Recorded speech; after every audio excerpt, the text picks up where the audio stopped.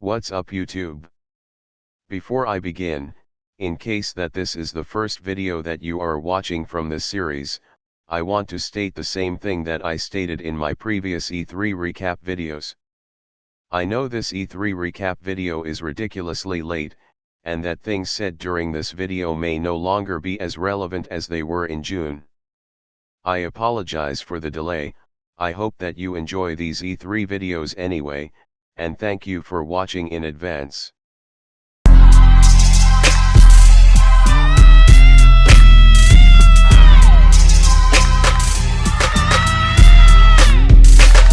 What's up YouTube? Your boy UnCommonVision here with the last video of my E3 recap series. In this video, I will be sharing my opinions on several things from Microsoft's E3 press conference. There were a few games that I can't wait to get my hands on, new Xbox Live features that I'm excited for, and one other announcement made during the show that genuinely surprised me, given the timing in which it was made. So with that being said, let's begin. The first thing that I want to talk about is the few games that I'm eager to dive into. We Happy Few, and Sea of Thieves. To begin with, watching the game trailer for We Happy Few, everything from the characters having that white shit on their faces and those creepy ass smiles, to them beating the fuck out of a piñata that turned out to be a dead rat that they were eating the insides out of, man, that shit creeped the fuck out of me. Now I'm usually a bitch when it comes to horror games, so I tend to not buy them, but this game is one of the very few horror games that I look forward to playing once it's fully released, simply cause its art style reminds me a lot of BioShock, and its story looks really interesting. As for the game Sea of Thieves, the reason that I'm excited for this game is because of the Pirates of the Caribbean movies. Having watched all the movies, I now have a fascination, a curiosity with being a pirate from those movies. So much so that I played Disney's Merpage of Pirates of the Caribbean when it came out for PC several years ago. And I expect Sea of Thieves to let me continue to do what I did best in that game. Fuck up somebody else's ship and take their shit. Good times man, good times. Now, after seeing last year's announcement trailer and this year's gameplay trailer, I do have one issue with this game. I feel that the chosen art style for this game is a bit too colorful, too bright, too cartoonish for it to be a pirate game. Looking at the art style, I'm worried that this game will not be as savage, as violent, as dark as I want it to be. Basically I'm worried that it'll be E for everyone instead of M for mature. I really hope that Rare doesn't target a teen rating and just go all out with this game, that they give us a lot of freedom to do whatever the hell we want to. I pray that they don't water this game down, no pun intended, because there is so much potential for this to be a great fucking game, there really is. Moving along, during the press conference, Microsoft announced many new features coming this fall to Xbox Live. Some new features included background music, Xbox Play Anywhere, Arena on Xbox Live, and Xbox Design Lab, but the two new features coming this fall that I'm looking forward to the most are Clubs, and Looking for Group. I feel these two new additions are sorely needed on Xbox Live to improve the longevity for online games that are dead like WWE 2K16, or close to death like The Division.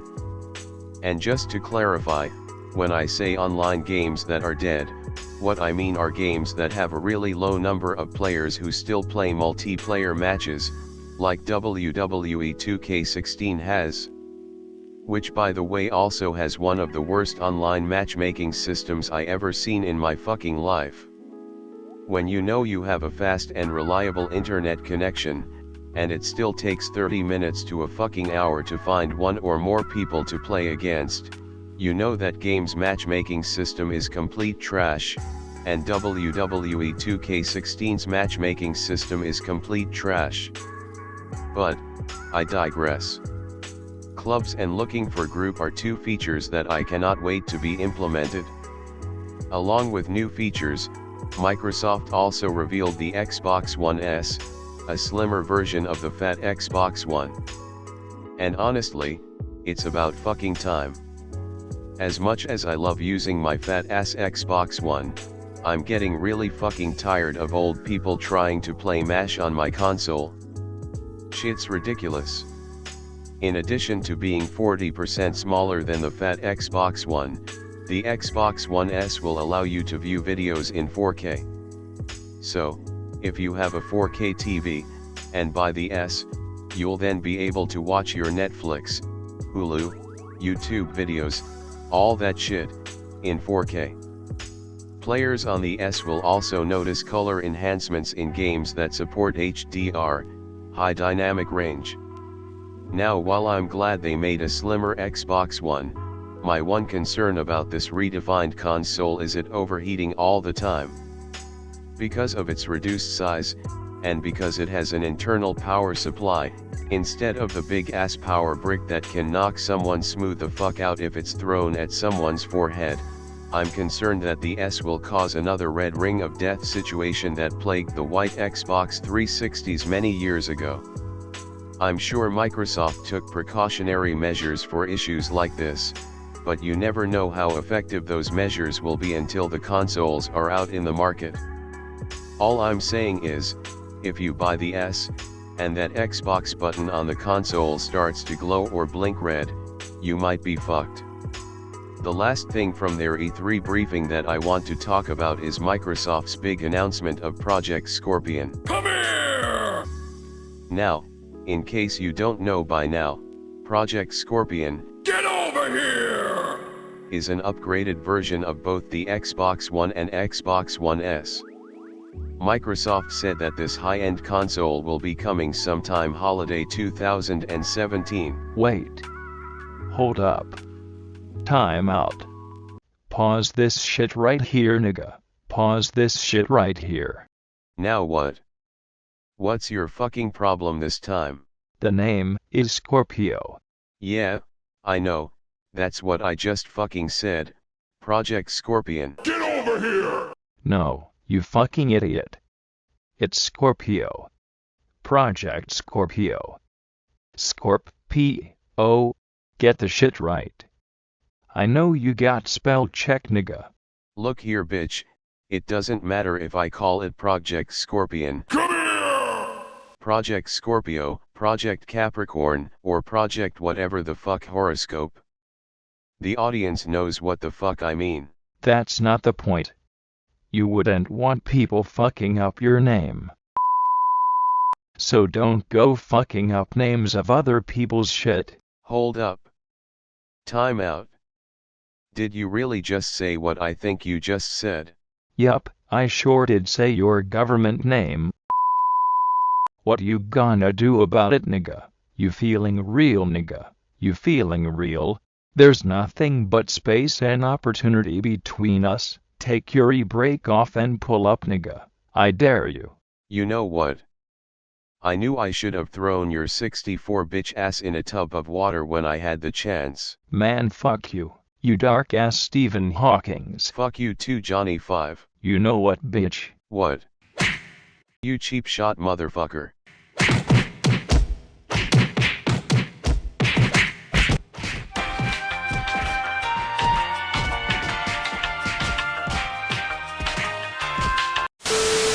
Yeah, that's what I thought, bitch. You better stay the fuck down, over there trying to get macho man like Randy. You gonna learn today, motherfucker, you gonna learn today. So, as I was saying. Wait, what the fuck was I talking about again? Oh, right, Project Scorpio, I mean Scorpio, Project Scorpio. Yeah, The curious thing about the Project Scorpio announcement is the timing of which it was made. They began the E3 briefing by revealing the Xbox One S, and ended it by announcing Project Scorpio, which begs the question of why do such a risky thing? Why hurt the marketing of the new console that you literally just revealed, by telling us that an even better console will be available by the end of next year? Well, in my opinion, One of the reasons for announcing Project Scorpio now rather than later is that Microsoft didn't want to piss off those who buy a Xbox One S, by announcing Project Scorpio at a later date or at next year's E3. Most people have enough money for just one system, so if people go buy a Xbox One S, and then Microsoft announces the Scorpio a month or two later, those people are more likely to say, "Man, my S is good enough for me, fuck Project Scorpio, I ain't buying that shit." This mindset could really hurt the sales of Project Scorpio coming out of the gate, and that's something that Microsoft wants to avoid at all costs, which is why they announced both consoles at the same time, so consumers can decide whether they want to buy an S, or wait for Project Scorpio. And let's be real here, as much as they want sales of the Xbox S to perform well, I think that Microsoft would rather have people wait and buy Project Scorpio, because it would bring in more money per unit sold than the Xbox One S, since the price tag of Project Scorpio will most likely be twice as much as the S. So, they rather start building excitement and anticipation for Project Scorpio now, at this year's E3, than focus solely on marketing the Xbox One S. And besides, the S can basically market itself because of its appeal to people who have the bigger Xbox One, so I doubt that announcing Project Scorpio now will drastically hurt the sales of the Xbox One S. I could be wrong though. We won't know for sure until a few weeks after the August launch of the S.